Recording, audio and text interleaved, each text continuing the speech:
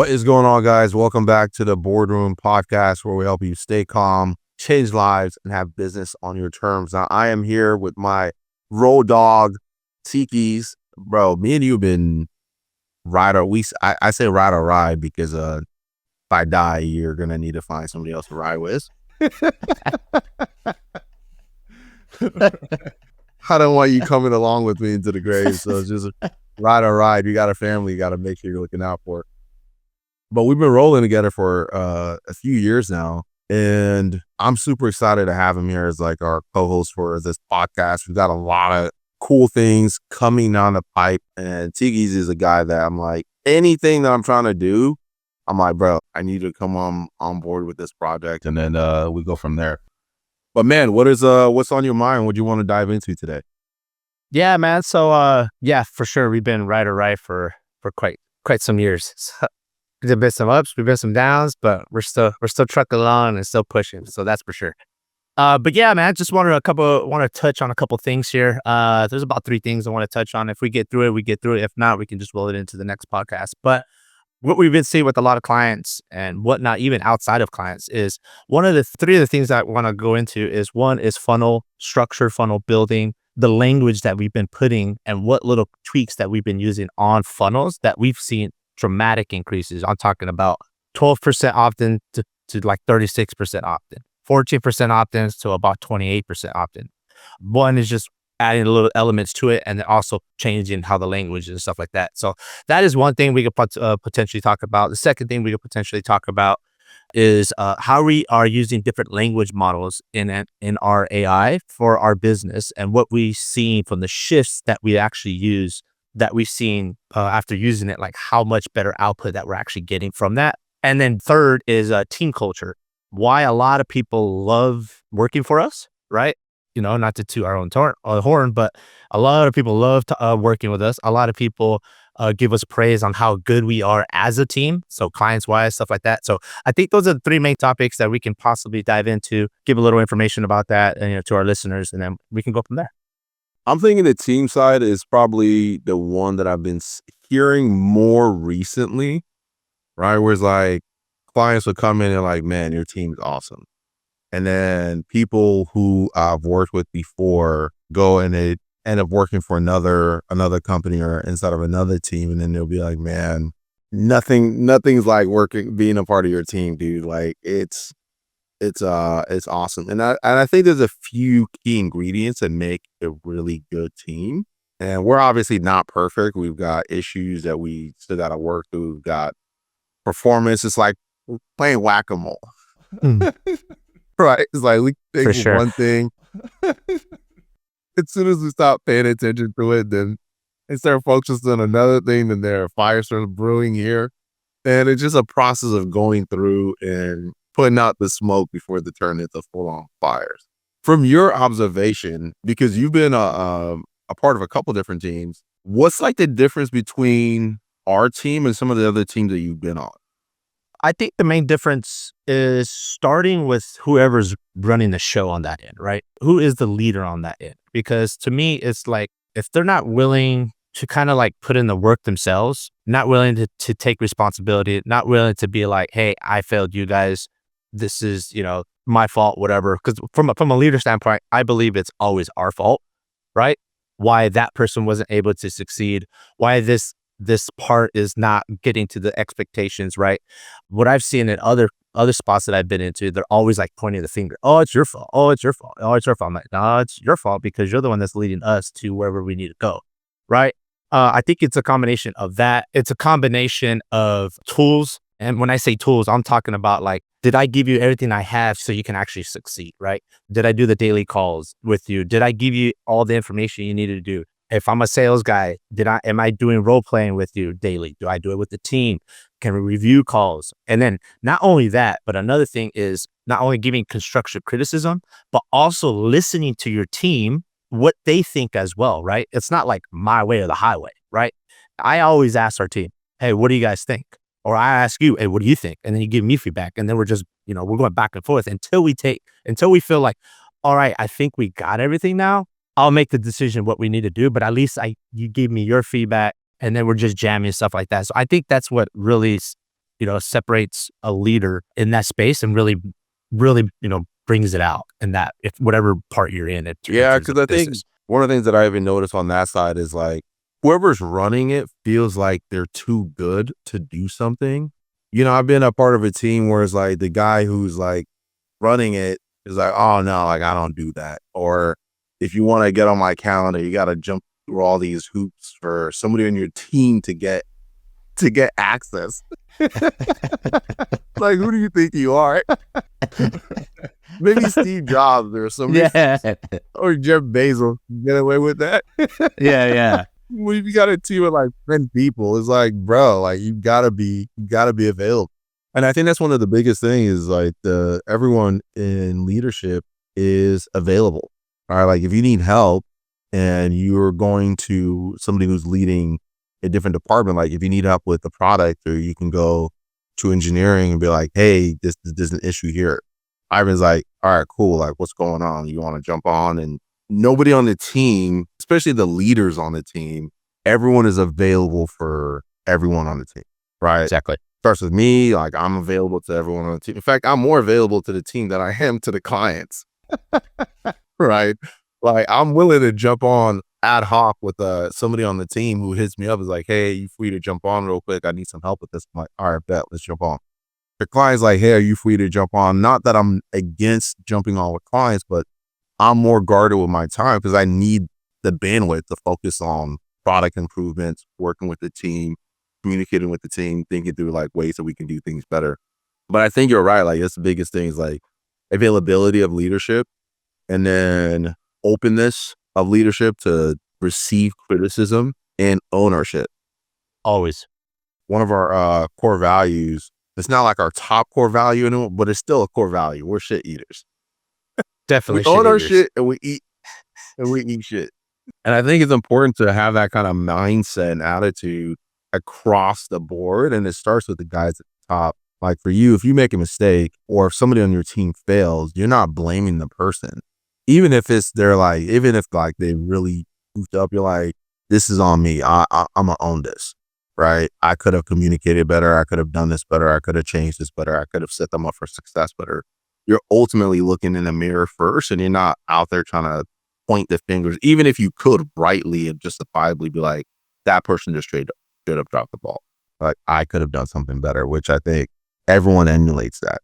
Right. Exactly. And then another thing that we do extremely well, I say I do extremely well, you do extremely well, is we never take credit for nothing. You never say, if we're on team meetings or whatever, yeah, I did this, I did that, like it was fantastic. Like I've never done that. I don't know if you ever noticed that. I always say, dude, give it up to the team. This person did this, great job. Like we always take responsibility for everything that goes wrong in the department because it is our department and we're the leaderships of that department. So you're going to have to really, even if it might not be your full fault, you're the one that's leading the show. It's always your fault, and you never take the credit. The team's the credit. The team is the one that's doing it. I always do that. Those are my two mottos when it comes to leadership. I always do that no matter what. Yeah, same here. For me, I'm just like, if I'm at the top, we're gonna be the people taking the arrows in the back. But when we win, we're like, hey, everyone, you guys did it. Well, when shit hits the fan. But also, like, if you're gonna be a good leader, like you have to be a servant first, right? You have to be. If the mindset is servant leadership, right? We're trying to serve the team. We're trying to remove friction from the people on the team. We're trying to empower the team to be successful. But I also think it's really important when people see something go wrong. If you're the lead and you own it, then they're like, wow, okay, cool. And then when something goes really, really well, the fact that you're giving credit to those who contributed is like, oh, they're not doing it for my glory, right? They're like, oh, okay, wow, like my efforts are being recognized and my contribution are actually being acknowledged, which I think is really important. I like to publicly praise people and privately criticize them if I need to. Yeah, and the fact that the leader is willing to get his hands dirty, like how you said, we're shit eaters. We actually do the work. If we're willing to put our hands dirty and not just bark orders, hey, you do this, hey, you do that, and the leader doesn't do shit, I think that goes a long way too, because they notice like, oh man, he's in the rut with us too, right? He's willing to put in the work just like us and willing to do all that. So I think just think those three main traits really goes a long way, where I haven't seen a lot of that type of traits in different other companies that I've been involved with. And it's just like, you get that bad taste in your mouth. You're like, dude, F this guy. Once an employee has that in its mindset, it's very hard to get that out of it and get that trust back and really align with you. Let's roll, dude. Like, let's rock and roll, dog. Like, I got you. Let's roll. It's hard to do that once you kind of lost it already. You see what I'm saying? That trust is really important because, I mean, it's not like everyone who's been on the team has worked out. When are you able to tell somebody isn't going to make them on the team? Like, what are some of like the early signs that you see that lets you know like this person's on their way out? I think 2, maybe 3 things. 1, I hate laziness, right? I'm not saying you need to go like always balls to the wall all the time. It's probably because the way me and you were built. So we kind of like, we want that, but kind of have to like step back a bit. Like, dude, not everybody's built like that. So I get it, but still being lazy. No, I mean, if you're gonna be on our team, you kind of have to be built like, I'm not gonna. You kind of sorry, have to be like built. you have to be, because the people who have not worked out weren't built like that. And they were like, then eventually fire themselves because they're like, I can't keep up. Yeah, I think I'm referring to is we work outside of hours, we work the weekends. Like, that is kind of like, I don't expect that. But when you're like there, like it's rock and roll Monday, 8 a.m. or whatever, like I expect you, let's roll, dude. Let's rock and roll. Let's do it. What do we got to do? As long as you finish your stuff, like I don't care what you do with your other time. If you finish everything in 2 hours, go F off for 2 hours. Be there. You got to be available. But I don't expect you to be looking at your computer like this for 8 hours, right? So I think laziness is a very big one. Excuses and not just willing to own your own crap, right? And then obviously skill does come involved, but I do give a little bit of lenient on that. Like, hey, we got to get your skill level up.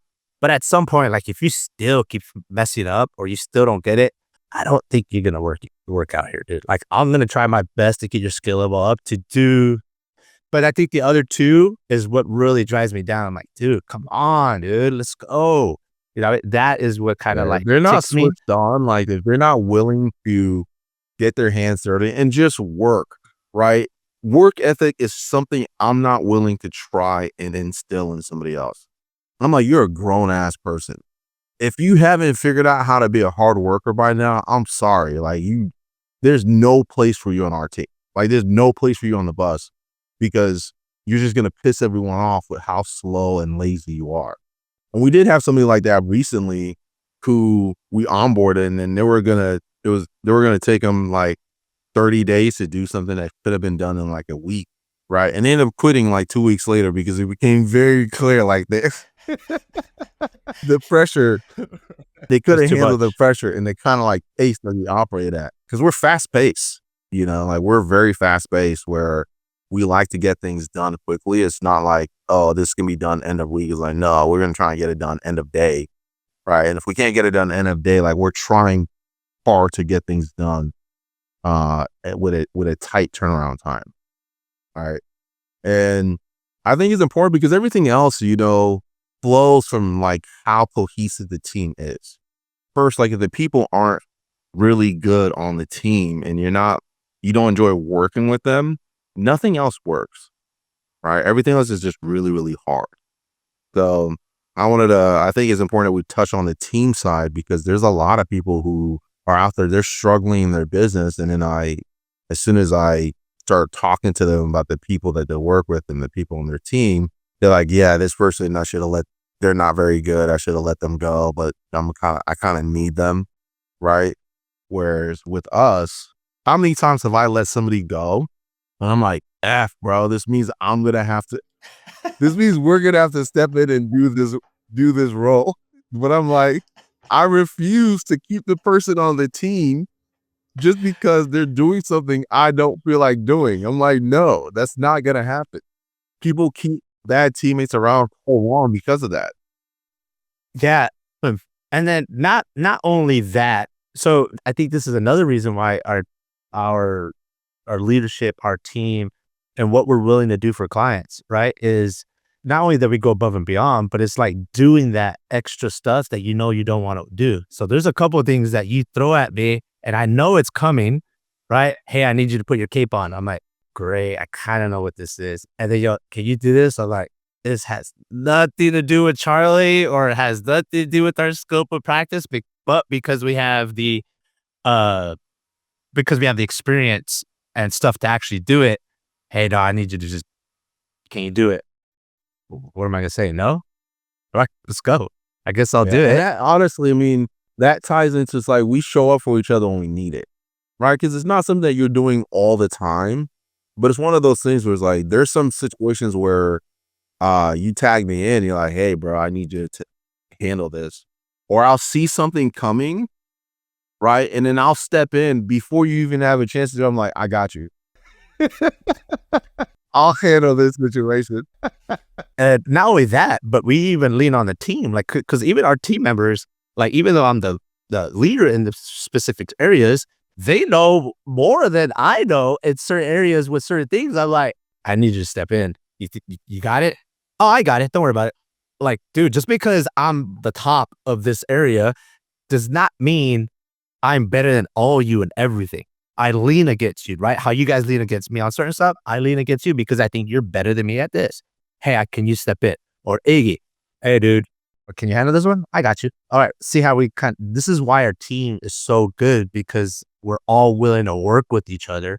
And then since we're willing to work with each other and we build up our strengths, that makes the client on the other end be like, holy heck, dude, you guys were able to do that for me? Oh man, I can't believe how fast you guys were. Thank you so much. Like, dude, because we're working as a team, and it's not like, you know what I mean? So I think one of the things that you kind of touched on, but it's the fact that we have a pretty good touch with reality, right? I don't pretend that I'm good at something that I'm not. You don't pretend to know something that you don't know. Everyone on the team is like that. If they don't know something, if somebody else is better at this thing than I am, then I'm going to lean on their expertise and be like, I trust your judgment in this. Like, what do you think? Right? Or can you handle this? Because you're clearly better at doing this than I am. Or I need to lean on your expertise in this. And I think that makes people on the team really excited to help, because then it's like, one, we're not being like, hey, just because I'm leading this means I'm better than you. It's like, no, like, I need you just as much as you need me. I might need you even more than you need me. Right? Because you're doing things and you're able to focus on areas of the business full time that I can't focus on full time. So because they're focusing on that full time, they're actually getting better and knowing that particular thing. And so we can depend on them a lot more. Right. And we publicly praise them for being good at these things. Like, you've gone out of your way to praise certain people on the team. Once they like master one aspect, you're really good at being like, hey, you're the man at this thing. Like, I need you to like record a video showing the team how to do this because you mastered it. Or you're like, hey, you should record a video teaching how to do this because you figured this out. And so there's this really awesome collaborative environment where people's strengths are being acknowledged and being utilized. And then they're getting praised whenever they get to put on their cape and come to the rescue, which is pretty frequent. But it's good. And I think that's what I love the most about our team, as far as like how that goes. We have a high standard for how we get things done, but then also like how we show up and how quickly we're able to get things done, and making sure like we're going out of our way to ensure clients have an exceptional experience. yeah, and I think the one last final touch point here too is not only do we care about what they do in the work environment, but we always ask them about their personal life. Like, how's everything? How'd your weekend go? You know, how's your day going? You know, how's your kids, man? I remember you just had a birthday, right? Yeah. Like, dude, if we also take in, you know, we ask them about the personal stuff, right? So it's not, so they feel like, hey, it's work. Like, hey, you got to get your stuff done. But they also feel like I kind of have a friend almost. So we have that personal touch. And I think that's why a lot of the people that do work here, they might go somewhere else, right? Take their expertise, take what they've learned a lot. Like, hey, I got this better job offer, but dude, like, that's fine, dude. Like, we're not going to like hate you because you left somewhere else, right? We built an asset for you you took it somewhere else, blah, blah, blah, whatever, right? But they always go like, man, it was so awesome working over here. Like, I wish I was still working there. Like, you left. Yeah. You know, We get but that. it's all We get good. that quite a bit, which is awesome.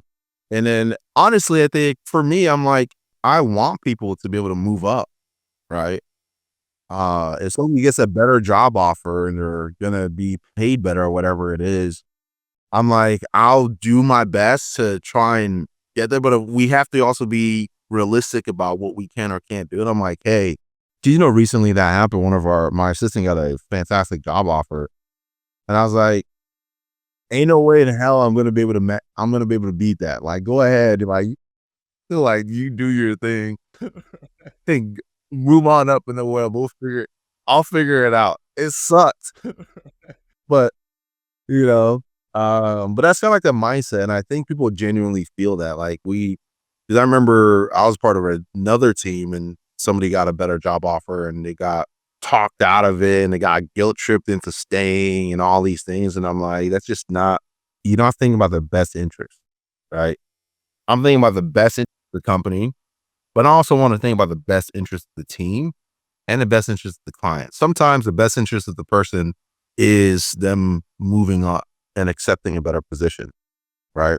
Right. And we want people to move up and to succeed and move forward in life. And how do you get the best outcome? Like, I'm not going to hold you here because I don't want you to leave and give you guilt trips. Like, that is just totally the bad way of doing things, in my opinion. Yeah, for me, I mean, we kind of have this motto like where I freely give and freely receive whatever blessings God wants to send me, right? And that's kind of like that motto has been like served me very, very well. Where it's like I don't know what we're gonna do if we lose you, but I'm confident we'll figure it out, right? Like I'm confident something will work out. But obviously, we don't want to lose people critical out of nowhere. But if we do, we always figure it out, right? At the end of the day. So Exactly. we got down the team side. I don't know if we even have time to really go into the funnel side. So we might have to save it as like a cliffhanger for the next episode. So the next episode, we're going to dive into some of the shifts with funnels and opt-ins and marketing that we're seeing, because we do get the ability. We're in a unique place where we get to see a lot of data, right? And we have like a really tight feedback loop whenever we make a change.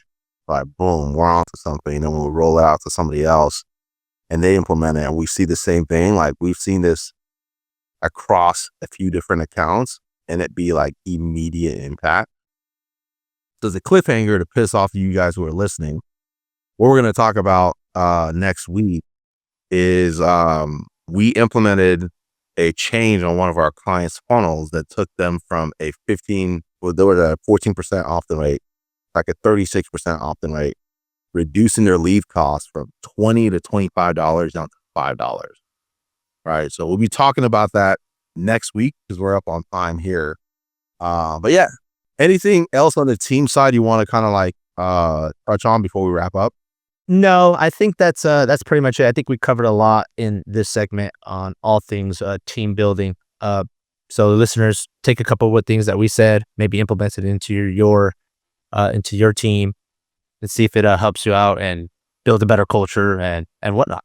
So to kind of like summarize on the team side for those of you guys who are listening, help kind of bring things home. Number one, you need to be a good leader. You need to be a good leader and need to have a good leadership team, right? Your leadership team should be available. They should be responsible. They should own their shit, should show up for their teammates, and they should empower those around them to be better. Publicly praise, share the credit, take the blame whenever things don't go the way that it needs to go. Right. So that's on the leadership side. And then on the team side, we have to be creating an environment where we're empowering our team and setting them up for success. Right. So like one of the things that you mentioned, Tikis, is like thinking about what tools do I need to equip this person with so that they're successful. Right. And we call it like creating a winning environment. One of the success principles that we talked about earlier in there is like creating a winning environment. And remember at the beginning of the year, I was like, I cannot hold you guys like at the standard that I want to because I've not invested in building the infrastructure to set you up for success. Remember that? I remember that. Yep. I remember that. And then we got the project management tool. We got our SOPs together. We got all the things that we needed to set up account managers and anyone servicing client for success. And then once we have those things in place, we're like, hey, there's no excuse for you to not be performing. And anyone who wasn't performing is gone. But that's really important because we invested in getting the tools needed for the team to set them up for success, right? Too many people are holding their team accountable to producing an outcome they've not even equipped them to produce. Exactly. Right? It's like telling somebody, hey, like, I need you to hammer this nail into this wood, but I'm not going to give you a hammer. Like you're just going to have to figure out how you're going to do that. I'm not going to give you any tools whatsoever, but you just got to figure out how you're going to make that happen. Just to touch base on those tools, not only did we get that, but we actually went through a coaching program, and I went for a personalized coaching course specifically just for me. So we've gone like above and beyond. Not only did I give you like the, technical tools, but we actually gave you the coaching tools and all this stuff. At that point, if you still can't make it, I still think you're going to work out here. It's on you. Like we've done everything we could. And I think the most important thing is like people get upset with their team, but they cannot say that they've truly created an environment that set their team up for success. Not only did we invest in the tools, but we also invested in coaching and brought on outside experts to teach and coach the team, right? Give us the plays, like how you guys running, whatever you're doing, and then let us model that. And that's really made a big impact on how that team is performing, and the team is crushing it, right? So we got to start with the leadership, communicate, open, be available, own your shit, but then also create an environment that allows team to be successful. And that environment is giving them the tools, giving them the direction, giving them the coaching, and give them clear targets on like what are the expectations, how do they need to do the job, and what does it look like when the job is done well. And I think that's something that we've done a really good job with as far as like the team goes. Like this is what a job done well looks like for this department. And now we're starting to roll that out across other departments to really get those things tightened up. For those guys who are listening, I hope you find that helpful. We just kind of wanted to jump on and just riff a little bit because we're noticing we have been getting a ton of feedback on it. Like clients like, man, like how'd you build your team? You guys are awesome. Or people who are on the team join another team and then they're like, man, nothing like being on you guys' team, right?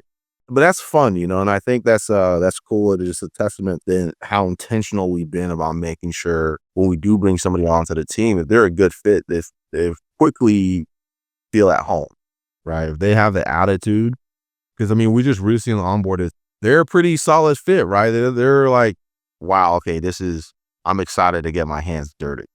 And I think one little last thing here too is so when people are here and they say they leave and they go, I can't believe, that I left or whatever, it almost feels like you're at a backyard barbecue when you're working here, right? Like how we talk, we're laid back. Yeah, what's up, dog? Yeah, what you got, man? Like just like that, how we're talking, we're not all professional and like strict and like, I think that way. So it feels like they can, put the shoulders bed down a little bit, like chill out, like, cause when we're in meetings, me and you, like, hey dog, what you think, homie? Like, what's up? Like, if we're just like, we're talking, like, if we're like, chill like on a Friday night. We're not trying to take ourselves too serious. Right. We're not trying to take ourselves too serious. And I think it's just refreshing for some people because they feel like other companies are so strict and so like formal, like you can't do anything. And then it's like, these are people that you wouldn't even want to hang out with after work. Where like me and you, we have hung out, and dude, you're something else. Because I would definitely go clubbing and go to the bar with you.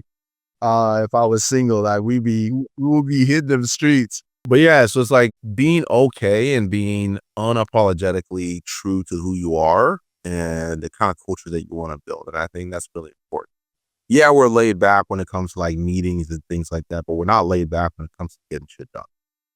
Right? Like that's the biggest thing. It's like, if you're somebody who can get things done, and you're a hard worker, you're not going to feel like you're super grinding. There will be seasons where you're going to have to grind it out, but you're always going to feel like, wow, I really enjoy working hard for the people that I get to work with. If you come in and you're a lazy prick who's allergic to hard work, I will thoroughly make sure you're uncomfortable.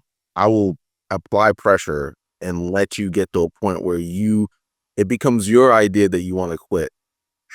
And it just happened. It recently just happened. It's going to be your idea that you want to quit, but that's because I'm going to be applying pressure to get the most out of you. And if you're not going to cut it, you're gone. But man, this is fun. Excited for you guys who are listening. I think building a team, really good team culture is extremely important. And the people that you do it with is just as important. You know, we want to build a great product, but it's a team behind the product that's the most important, that even allows us to have something good that we're building. So those that who are listening, we will be putting together more playbooks on things like this for anyone who's using Charlie. So we'll work on putting more playbooks like this together. If you're not using Charlie and you're listening to this podcast, go to charlieai.io. You should request a demo, find out how we can build you an AI sales agent that can set appointments for you and make your team's life a lot easier so that you can focus on working on the business, not getting stuck in the business. All right. Till next time, stay calm, change lives, not business on your terms.